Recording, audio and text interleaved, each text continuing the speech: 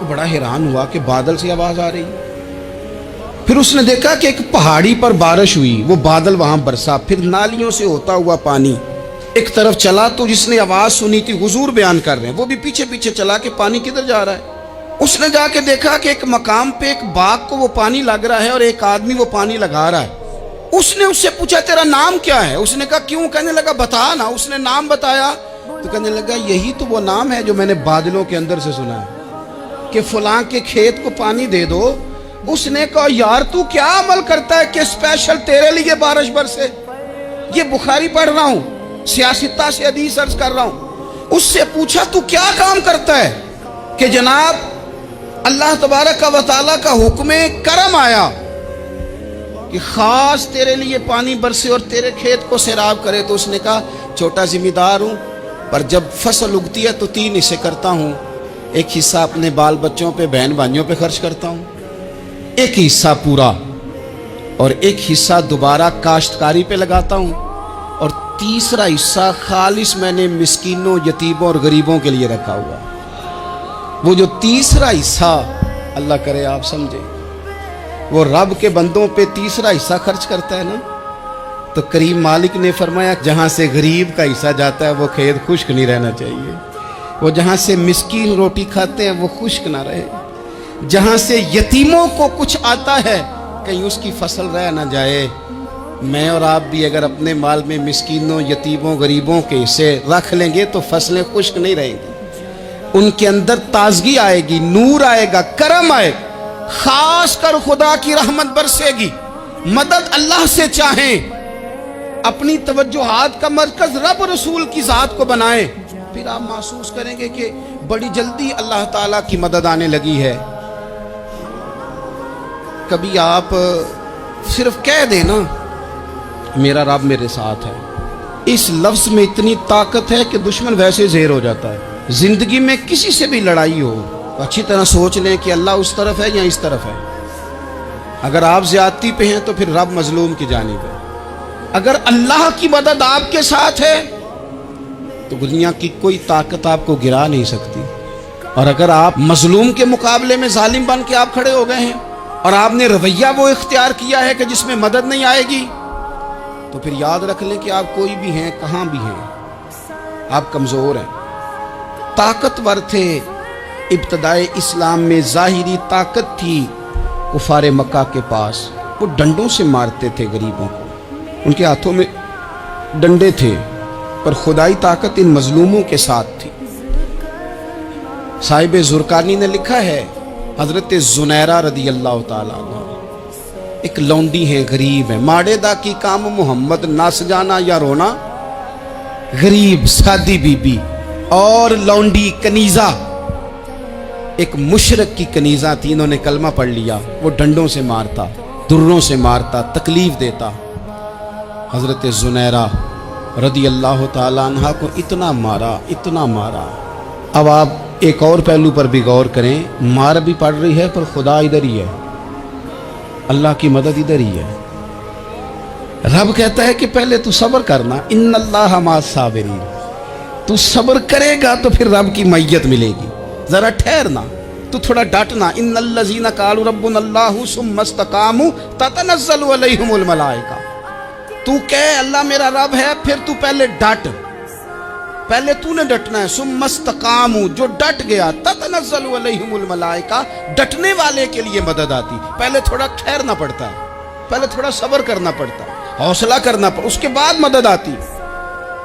مار پڑ رہی ہے، مارا جا رہا ہے حضرت زنیرہ کو، ان کا مالک جو ہے ظاہری آقا وہ مار رہا ہے، یہ کنیزہ ہے، اتنا مارا اتنا مارا، ان کی بینائی چلی گئی، نظر آنا بند ہو گیا۔ ابو جہل آیا اور کہنے لگا زنیرہ دیکھا نا ہمارے بت تیری آنکھیں لے گئے، معاذ اللہ، لات و منات ہمارے بتوں نے تجھے اندھا کر دیا۔ اب ایسا نہیں ہے کہ بی بی روتی جا رہی ہے، روتی جا رہی ہے، مایوسی مایوسی، معاذ اللہ، پریشانی، غریبی بڑی ہے، پوچھنے والا کوئی نہیں، یہ باتیں نہیں۔ کیا جملے ہیں خاتون کے، کیا لفظ ہیں۔ ابو جہل نے تنزیہ کہا، معاذ اللہ، کہنے لگا دیکھا نا ہمارے بتوں نے تجھے اندھا کر دیا۔ تو جناب زنیرہ آنکھوں کی بینائی گئی ہے، رات کو گئی ہے، دکھ ابھی تازہ ہے، لیکن اللہ پہ جو توکل ہے، اپنے مالک سے جو رشتہ ہے وہ اتنا مضبوط ہے، اتنا طاقتور ہے، اس میں اتنی گہرائی ہے کہ حضرت زنیرہ بول کے نا اتنی قوت سے بولی، اتنی طاقت سے بولی کہ پورے کفر پر لرزہ طاری ہو گیا۔ فرمانے لگی تمہارے بتوں کی کیا اوقات ہے کہ وہ میری بینائی لے جائیں، یہ میری رب کی حکمت کا تقاضا ہے۔ جب تک اس نے چاہا زنیرہ دیکھتی رہی، اور جب اس نے چاہا زنیرہ کی آنکھوں کی بینائی چلی گئی، اور اگر وہ چاہے گا نا تو بینائی واپس بھی کر دے گا۔ اگر ہو ذوق یقین پیدا تو کٹ جاتی ہیں زنجیریں، اگر وہ چاہے گا تو بینائی آ بھی جائے گی۔ حضرت زنیرہ نے رات کو یہ لفظ کہے، ابو جہل اور سارے کفار ڈر کے سن کے چلے گئے، آپ اطمینان سے آ کے بستر پہ سوئی۔ جب سویرے اٹھی تو اللہ نے آنکھوں کی روشنی واپس کر دی تھی۔ آنکھوں کی اب چھڑی پکڑی ہے، بازاروں میں گھومتی ہیں، کہتی ہیں بلاؤ کدھر ہے تمہارے نعت و منات، دیکھو میرے رب نے روشنی واپس کر دی۔ آ کر میرے ساتھ ادھر آ، ستمگر ہنر آزمائے، تو تیر آزما ہم جگر آزمائے۔ بیمار لوگوں یاد رکھو، کہہ دیا ڈاکٹر نے کہ تو بڑا بیمار ہے، تو بڑا کمزور ہے، یہ ہو گیا وہ ہو گیا، تو ڈاکٹر اپنے علم کے مطابق بات کر رہا ہے، ہوگا تو وہ جو میرا رب چاہے گا۔ کمزور ہو جانا، پریشان ہو جانا، تکلیف میں آ جانا، پتہ نہیں بات ہو گئی ہے تو جانے کیا ہو جائے گا۔ اپنی زندگی کے اندر اپنے رب سے رشتہ مضبوط کریں، رسول کائنات سے رشتہ مضبوط کریں، اللہ والوں سے رشتہ مضبوط کریں۔ حضرت زنیرہ نے پیغام دیا کہ زندگی میں جو جینا چاہتے ہیں تو وہ رب کا نام لے کے جی سکتے ہیں، جو اپنی زندگی میں خوشیاں دیکھنا چاہتے ہیں تو رسول اللہ کے نام پر خوشیاں دیکھی جا سکتی ہیں۔ توکل کی بنیاد پر بندہ خوشیاں لے سکتا ہے، اور اگر انسان میں توکل نہیں ہے تو پھر وہ اس کالے جادو سے بھی ڈر رہا ہے، وہ نیلے سے بھی ڈر رہا ہے، وہ پیلے سے بھی ڈر رہا ہے، وہ فلانے سے بھی ڈر رہا ہے، وہ میرے خلاف فلانا رشتہ دار سازش کر رہا ہے تو ڈر رہا ہے، فلانا میرے بارے میں یہ کر رہا ہے تو ڈر رہا ہے، وہ پتہ نہیں دنیا ادھر ہو جائے گی تو کیا ہو جائے گا، اٹھ باندھ کمر کیوں ڈرتا ہے، پھر دیکھ خدا کیا کرتا ہے۔ تو اس ساری گفتگو کا نچوڑ آپ کو یہ عرض کیا ہے، سب سے پہلے تو یہ کہ میدانوں میں مدد بھی اللہ کی، رزق میں مدد بھی اللہ کی، فصلیں خشک ہوں تو مدد پھر بھی اللہ کرے، تو پھر ساری مدد، اور اگر انسان بیمار ہو تو پھر بھی مدد اللہ کی۔ تو اپنے اللہ کی جانب توجہ کو بڑھائیں، آپ اللہ سے مدد کے سوالی بنیں۔ ترمذی کی ایک حدیث ہے، میں آپ کو زندگی کا تجربہ بتاتا ہوں کہ جب میں بڑا پریشان ہوتا ہوں تو یہ والی روایت کھول لیتا ہوں، مزہ دیتی ہے۔ میرے نبی پاک علیہ السلام نے فرمایا اپنے دکھ سیٹھوں نوابوں کو نہ کہنا، مالداروں کا نہ کہنا، ورنہ اللہ تمہیں کبھی غنی نہیں کرے گا۔ فرمایا اپنے دکھ اپنے رب کی بارگاہ میں عرض کرنا، جلدی کرے یا دیر سے کرے اللہ تمہیں لوگوں سے بے نیاز کر دے گا۔